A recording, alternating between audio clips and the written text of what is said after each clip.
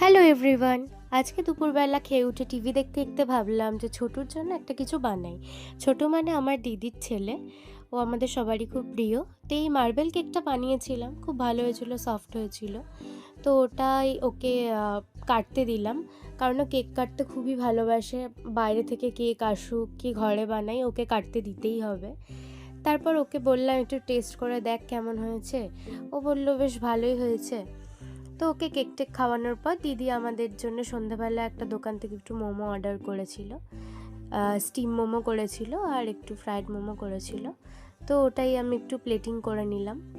আর স্যুপও দিয়েছিল। মোমোটা খেতে মোটামুটি ছিল আর কি, চলে যায়, খুব একটা ভালোও না খারাপও না।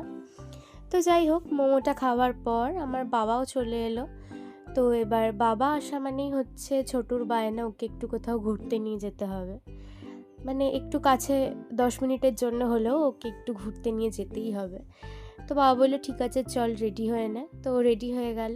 তারপর আমরা একটু ঘোরাঘুরি করে বাড়ি চলে